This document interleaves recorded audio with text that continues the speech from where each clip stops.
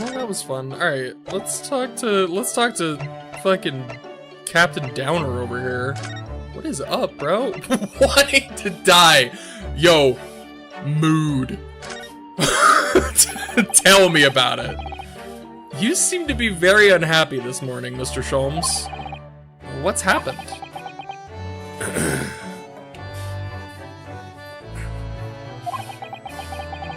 It used to be the case that in my hands, this violin sung like the dawn chorus. It's it's always just a matter of time before I have to Google something. I don't know what this word means. I have to Google it. What the fuck? This game, and it's like every single stream, I have to Google at least one word. Melisonant.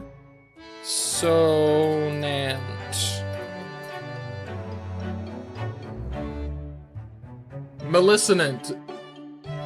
Adjective, pleasing to the ear. Got it. Wow. Jesus Christ. This violin sung like the dawn chorus. Its melisonant tones would make the flowers bloom. It would? But now, the muses are unamused with me.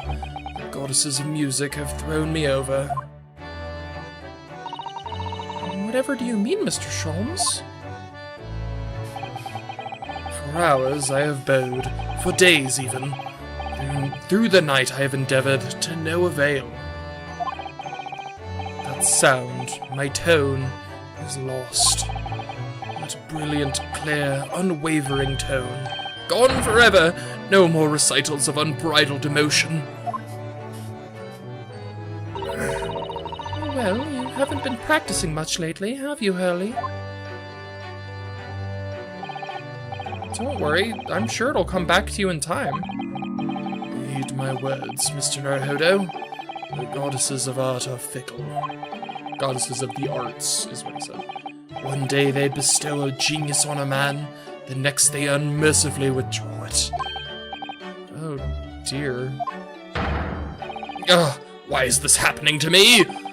If they take the turn I have they take the turn I have for the violin from me, what is left, for pity's sake?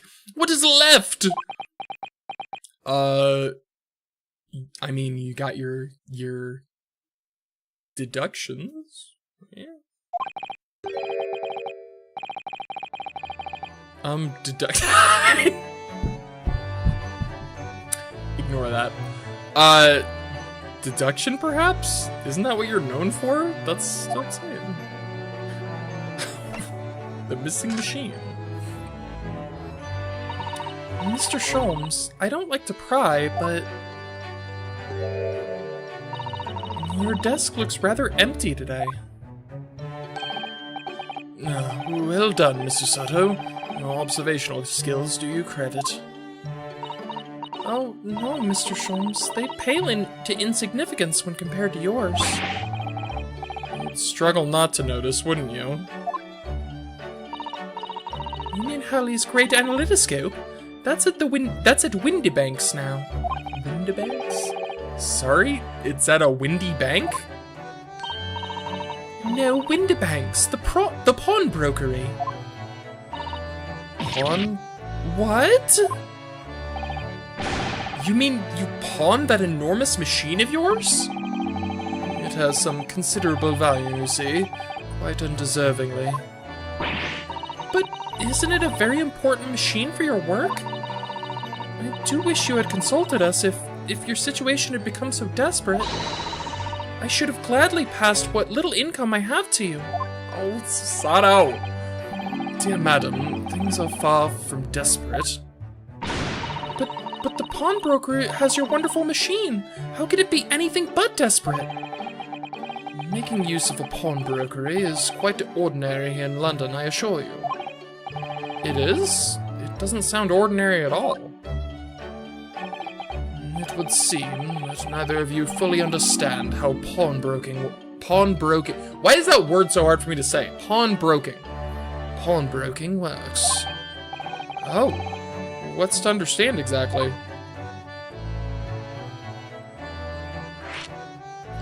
No, yes, teach me about the intricacies of pawnbroking. What did you mean when you said we didn't fully understand how pawnbroking works? To the people of London, pawnbrokeries are akin to banks. Banks? On Mondays, merchants relinquish their finest jackets and trappings to their pawnbroker of choice. With the money they receive in return, they are able to trade happily throughout the week. And then on Saturdays, they go to recover their things using the money they've earned. I had no idea. This has been a fascinating lesson for us, isn't it? Like, risky? I don't know. Everyone does it, you see, especially people in inner London. And should they have money to spare, they would purchase another fine jacket. Not to wear, obviously, but to pawn should the need arise. Oh, how ingenious. So whenever we have something that's getting in the way, we leave it at Windibank's, you see? A pawnbrokery can be thought of as an extremely secure vault. Who would have thought that even pawnbrokers are different here in Great Britain? Huh. And of course, you have to watch Hurley with it. Sometimes he pawns things he really shouldn't. Don't you, Hurley? Kill me. This part, what? What does it matter? The world is dead to me now. Oh my god. Oh, what was that? Wagahai? Oh shit! Excuse?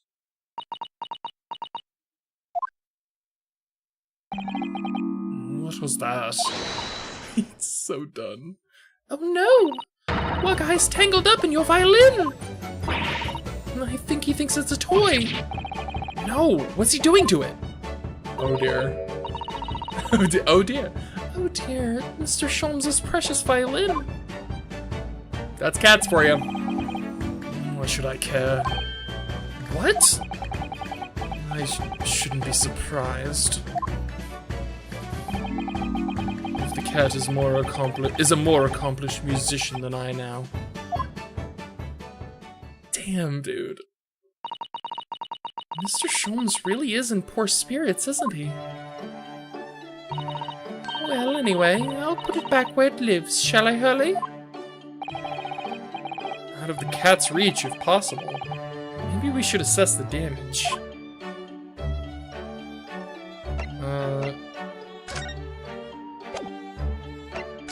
I guess we assess the damage, yeah. Oh, yep, there it is. Add it to the court record. So this is the violin, is it? It's a Stradivarius, one of the finest violins in the world, made by the renowned Italian luthier Antonio Stradivari. Also, again, I can figure this word out by context clues, but I still have to Google it because I've never seen it before. The fuck is a luthier? I assume they make violins. A luthier is a craftsperson who builds or repairs string instruments. I had a feeling. Oh, I see. It doesn't really look like anything special to me. I happened upon it covered in dust, languishing in a pawn shop down a nondescript back alley. The broker had no idea of its value, so I was able to purchase it for a mere 55 shillings. I need to wait until the text is all out. He talks so slow. Sholmes, I'm sorry. Need you to speed up your text crawl a little bit. How honorable of you. And until today, it has been my faithful companion in every great Paganini-inspired performance I have made. I ask you, is there a reason to live in a world devoid of music? To tolerate this blanched existence? No, there is none. dude. Buddy. Mr. Sholmes. What, dear madam, what? My thoughts are preoccupied with fancies of release from this dull routine. Please tell me that she's gonna be like, I'm waiting for her to be like, this violin is not tuned. Or something like, something really basic. Well, it's about the violin.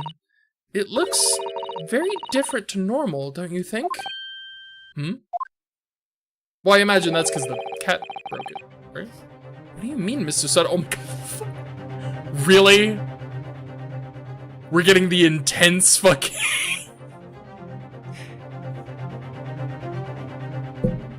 Isn't this the music that plays when, like, someone dies? Someone, like, died and we find, like, a body? What the fuck? Shit's intense. Oh, Susie's right. Yes, the tone of the wood is completely different. That's not all. I'm sure there was no crack here before. Wait, it's not even the right size, is it?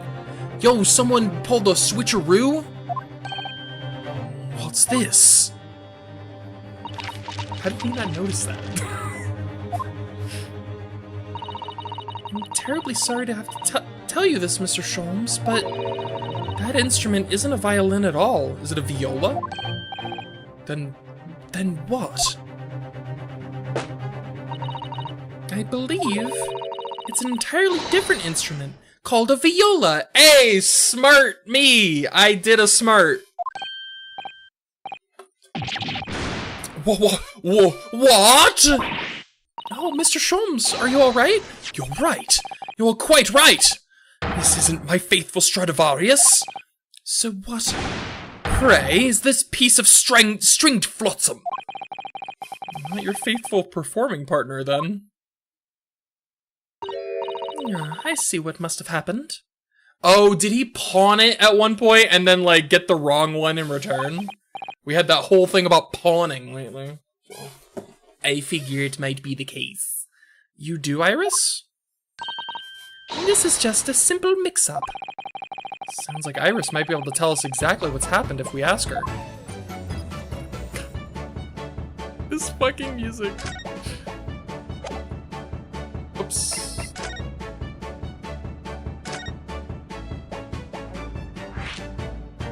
Mix-up? What did you mean by a mix-up, Iris? Well, you see, this this viola, I mean, was at Windibank's until last week. At the pawnbroker's? Not Mr. Sholmes' beloved musical partner. There is a proverb from the East, with which you are no doubt familiar, my dear fellows. We got it back. Always let a beloved child travel. Yes, indeed. So you sent your beloved violin to the pawnbrokers in the hope that it would experience personal growth? Oh, what a wonderful idea! Oh my lord. Last week, I pawned my great analytoscope in order to release my precious instrument. But it would appear Mr. Windibank mistakenly furnished me with this tawdry fiddle instead. But my ears cannot be deceived by the hollow timbre of this piece of timber. No, but your every sense was deceived by the fact that it just had strings. Pshaw, a fine state of affairs this is, and why I always say, Mr. Naruhodo, never trust a pawnbroker. They will try to fiddle you every time. Oh my god. But earlier you told us that you could think of a pawnbrokery as an extremely secure vault. That sometimes gives you the wrong thing, apparently. Come, Mr. Naruhodo, dilly-dallying will get you nowhere. Sorry? Crunching your toast with that vacant aspect, fressing your coffee so obtusely. Are you not a little embarrassed by your own conduct, considering the urgency with which we are faced? You must visit Mr. Windibank's brokery at once. Isn't that right, Mr. Sholmes? Precisely, Mr. Sato, without a moment's delay. But I haven't finished my bacon and eggs. Oh man, I want some bacon and eggs now. My dear fellow, Surely you do not still intend to crunch your bacon with an increasingly vacant aspect, to fret your egg ever more obtusely. All right, say no more. Let's go then.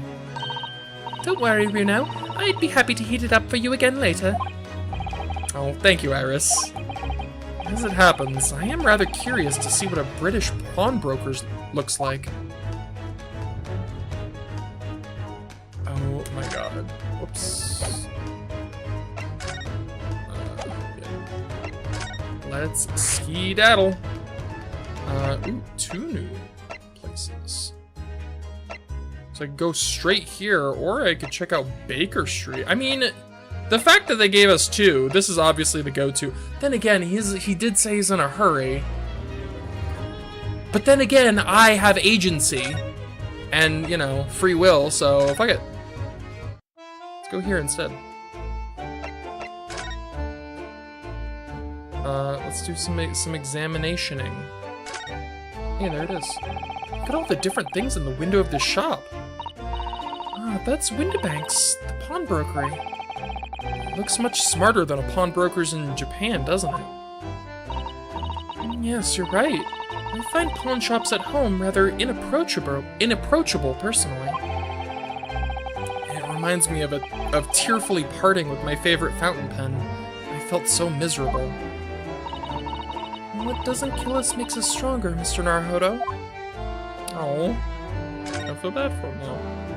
And then this is, oh wow, it's literally next. Is this where we were, really? It's already been 2 months since we started taking lodgings here above Mr. Sholmes' office.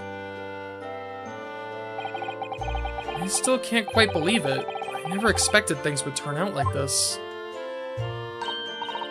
Oh, I know! To actually be sharing accommodation with the world's greatest detective. Yo, Batman? Oh, right. Sholmes. Sorry. If I ever find myself before a court of law now, I will have not one regret. I don't know what you're talking about, but I'd be happy to defend you, of course. That's ridiculous. What kind of legal assistant would find themselves being accused of a crime and have to be defended by the one they're assistant to? That's ridiculous. Surely that would never happen multiple times in the same game. Absurd.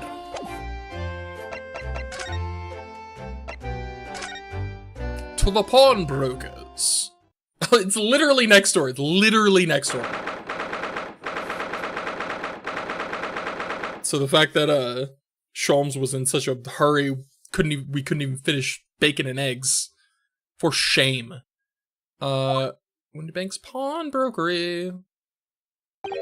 I see a crystal skull. This is concerning. So this is a British pawnbrokery. Oh my! There are all sorts of tools and contraptions in here that I've never laid eyes on before. Susato-san. And that spark of wonder in your eyes. You can't wait to scour the shelves, can you? I get the impression you enjoy places like this. Oh, yes, I don't know why, but seeing such a lot of things I don't understand is a real thrill for me. Some of the way these things are phrased really fucks my brain up. Like, such a lot of things. I'm like, surely I read that wrong. But no, that's what was written. Look how he's all kitted out. Like, how long did that take him to put on? I thought we were in a hurry, Mr. Sholmes. My dear fellows, let us not forget why we are here. Oh, Mr. Sholmes. We are calling on matters of business or pleasure. Clearly, Mr. Sholmes means business, too, judging from the spark of fury in his eyes. Ah, Mr. Sholmes, sir. Welcome back. Did you hear that brazen welcome? Well, yes, we are potential customers, after all. We are disgruntled customers, Mr. Naruhodo, and it's time to inform Mr. Windibank of our ire. Come, the fight is afoot. Oh my goodness. Hello, sir. Well, let's take a look around first. Look at all these things. you doing, my dear fellows? We are not here to browse for interesting curios. We have come to teach this broker a lesson. Okay, fine. Oh, but there are just so many fascinating items. Yeah, I'm Susato right now. I want to look around, but Sholmes says no. Looks as though we'll have to talk to Mr. Windibank first before you can explore in here, Miss Susato. Rip. Violin. Naturally, you will recall this, which I retrieved from you some days ago. Yes? This second-rate fiddle is not my faithful instrument, Mr. Windibank. The color of the wood is different. It has holes in it. It's not even the same size. All things that I totally noticed on my own. A wonderful summary of our observations, Mr. Sholmes. I really, okay, hear me out, right? I think it's a really funny gag that she's so, entranced with him. I hope at some point she at least... What the fuck was that? My computer did a... That was weird.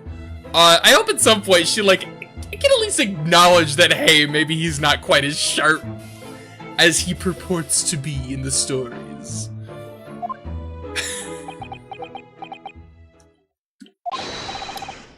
I'm so very sorry, sir. How utterly unforgivable of me. I'm an inexcusable mistake for a pawnbroker. There's only one way to make amends. Whoa, hey, what the fuck? Excuse me? Whoa! Hey, buddy! Dude! Chill! Put down the gun, bro!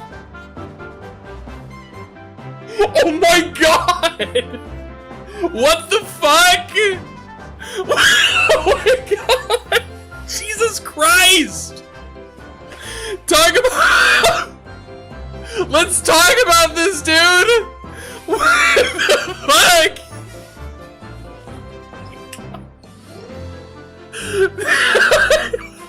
That went from 0 to 1,000! What the fuck? Oh my god!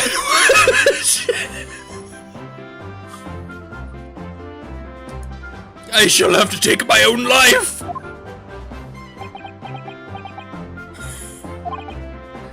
I don't think that will be necessary, do you? If I may just say one thing before I pop off.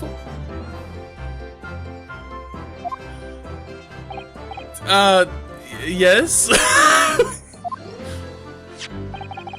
It was you, sir, Mr. Sholmes, who took it upon himself to remove the item the other day, I believe.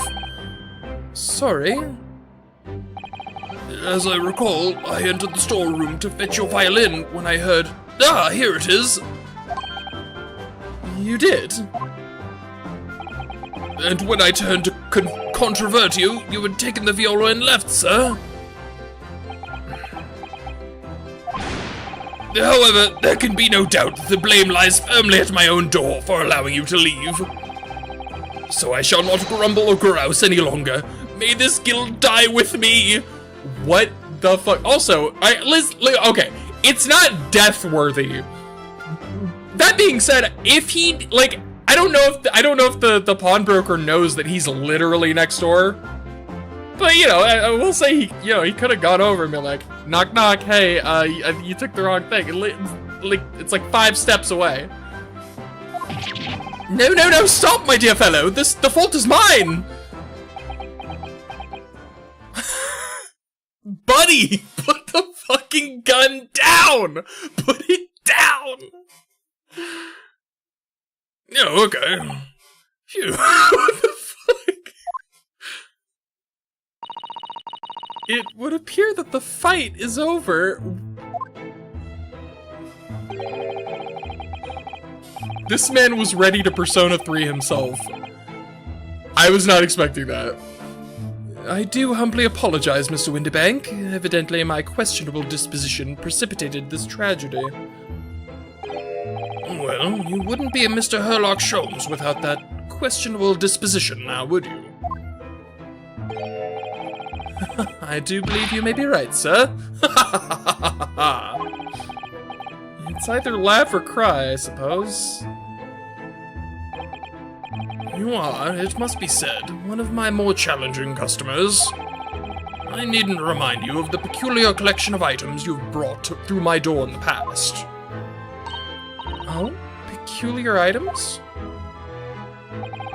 In the extreme, ma'am. For example, the unpublished manuscript of an eponymous work, the novels of Sherlock Sholmes, or some such.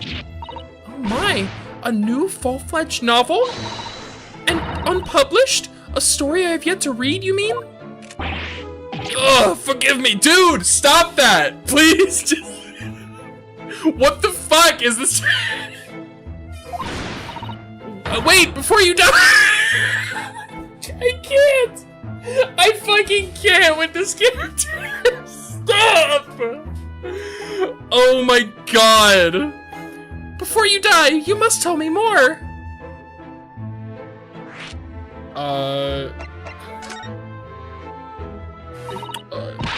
I must know more. Tell me everything. Wow, Susato-san is really fired up now. Let's just hope that the pawnbroker doesn't get fired up. Is there really an unpublished story under this very roof? Well, one day the gentleman here brought in an old metal chest, you see. I should like to entrust this to your care for a while, Mr. Windibank. For a chest like that, 1 shilling, sir, not a farthing more. It houses something of very great value indeed. The latest manuscript, recounting the adventures of one Mr. Sherlock Sholmes. I beg your pardon? A manuscript? You wish to deposit a manuscript? Indeed I do, for I am confident that it will be quite safe here. And that was that. As such, Mr. Sholmes' latest tale of otherworldly mystery lies dormant in my store. Mr. Sholmes, is that really true? Do I sense that someone doesn't want to talk about this? I continue to pay your fee, do I not? Then kindly continue to store my belongings securely. Of course, sir, of course. They're safe and sound with me, I assure you, on my life! This is all very strange, you don't say. What is strange about this, Rito? Well, like what? What are you referring to specifically? I wonder, could I ask you something? Ah, a gentleman from the east, I see. Yes, that sable suit.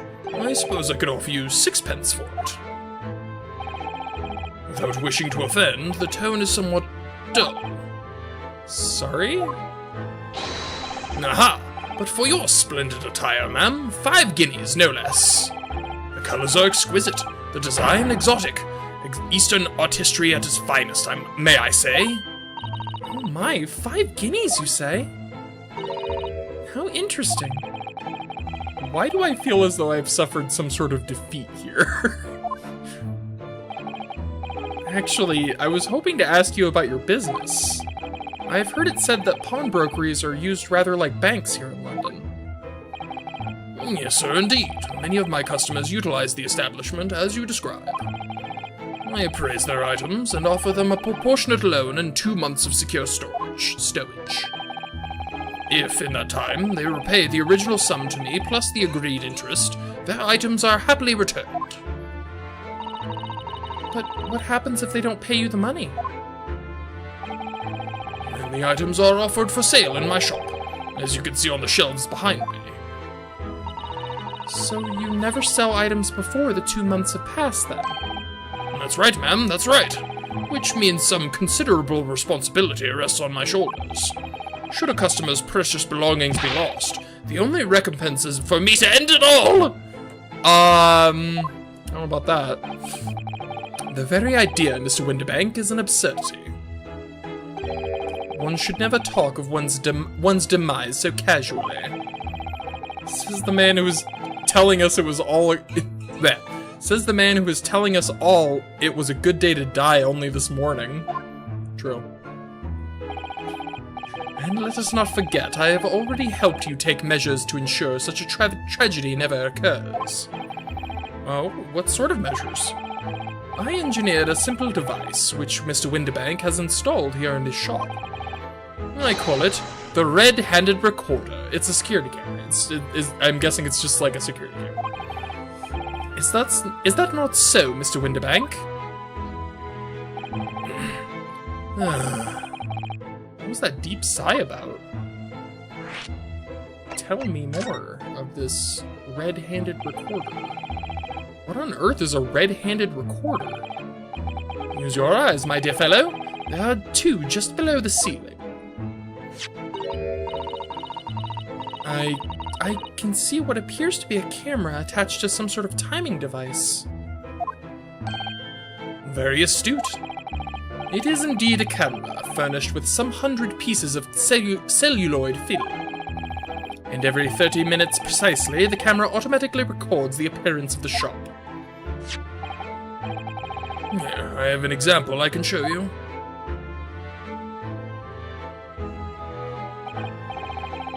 Yes, a print from the camera set to record the activity of the shop captain.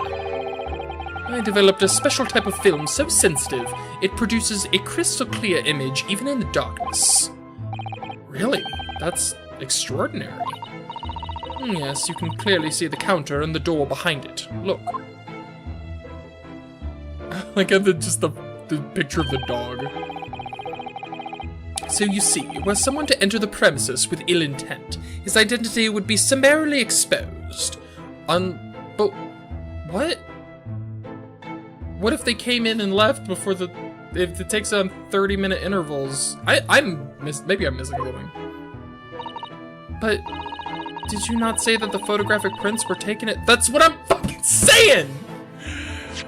I'm Susato today, apparently. The photographic prints were taken at 30-minute intervals? Indeed, as you say, my dear madam.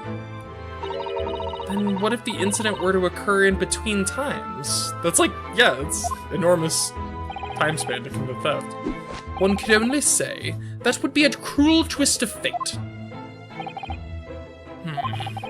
I must confess, your devices have been giving me some cause for distress of late. I beg your pardon, Mr. Windibank. Surely they are anything but distressing. Reassuring is the word. It's the cost of the film, sir. You most graciously place not one, but 2 cameras in my shop, after all. Which means I must pay for nigh on 100 utterly useless prints every single day. I'm afraid the cost of the film will break me before I'm very much older.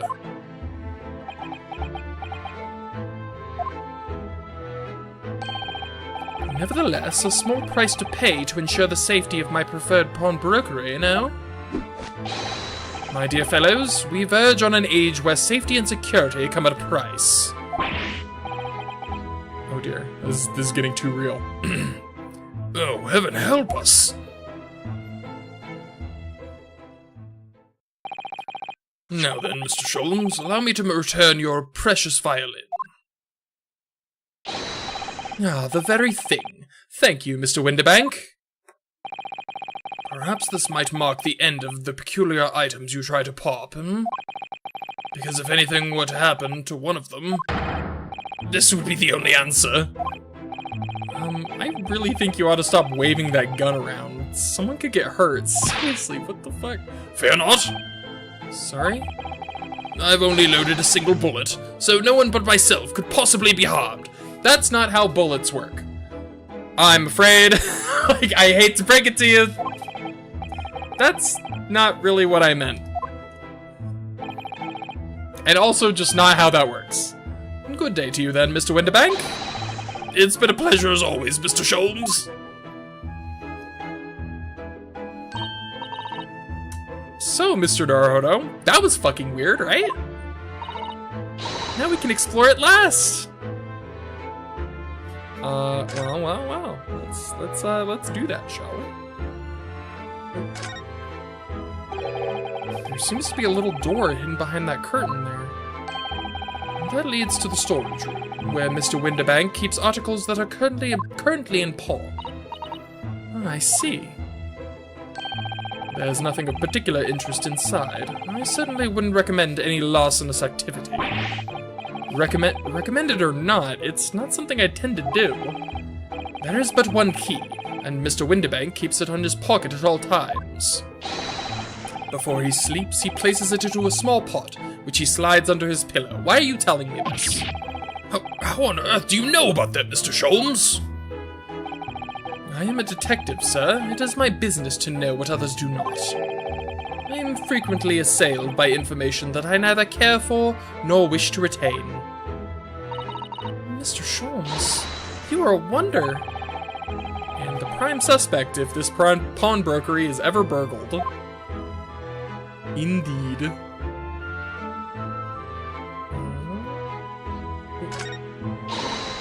Look at this. Look at this lovely, big, shiny box be. That, my dear madam, is a music box. Surely you have such things in your own country? Oh my, yes, but I've certainly never seen one so large before. Shall we listen a while?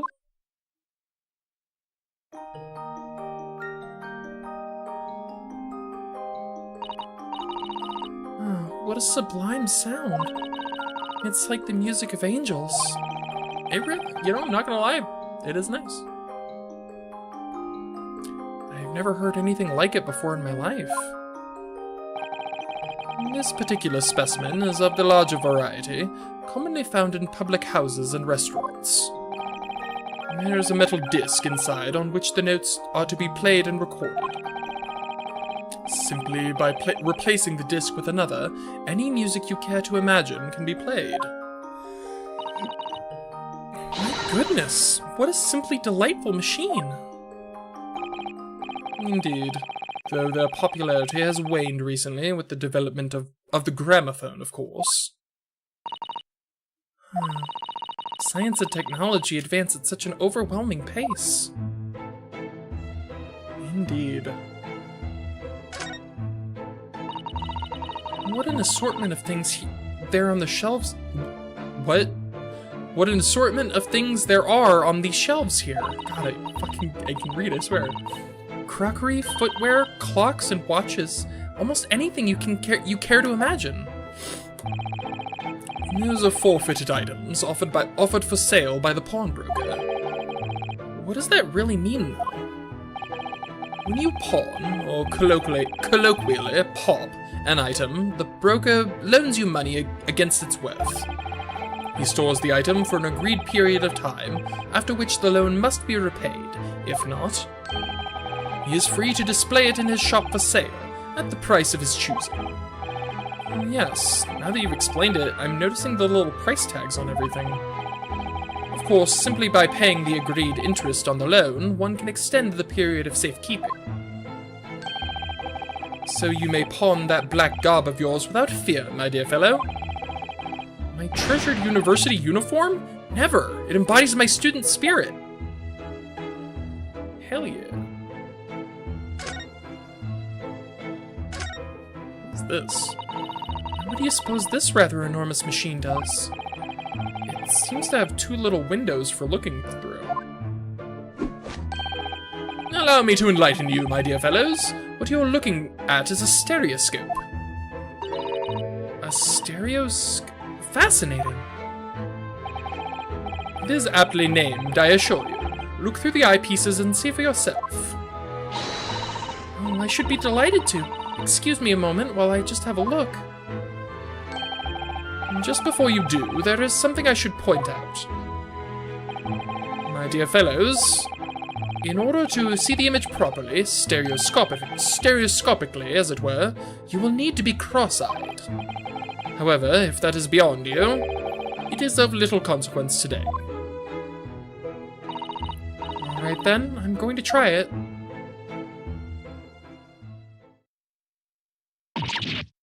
Ah! What? Mr. Naruto, you must see at once! Oh, right then.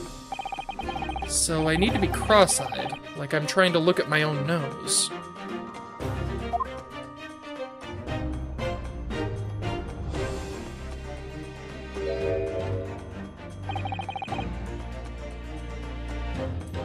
the... I don't believe it. It's just a photographic print, but it seems like you could reach out and touch it. I'm unfamiliar with this device. I've heard the term stereoscope before, but I guess I didn't know what it was. Is it like I assume it's like a 3D thing. Like it makes a picture like all 3D by... Interesting.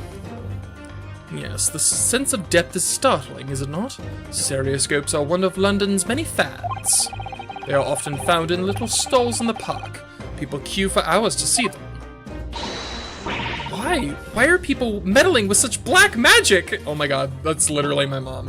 Any, like, technology or, like, science she doesn't understand, it's magic, it's black magic.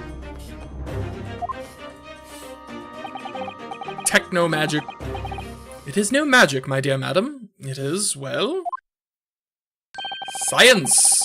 Far too complicated to explain at present. We shall save this lesson for another day.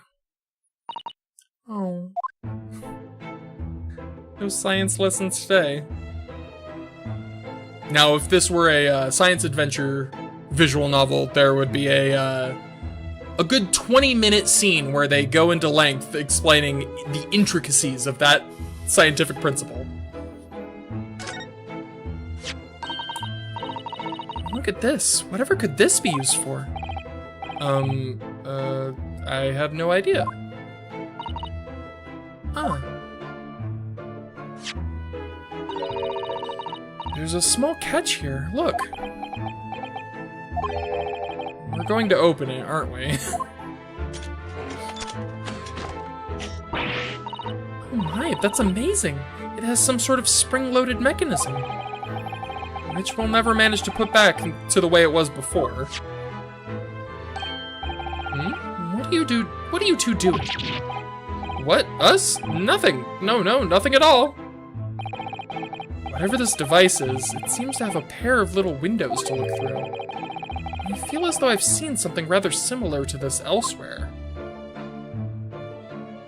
Like this? Like the thing we just looked at like 2 seconds ago?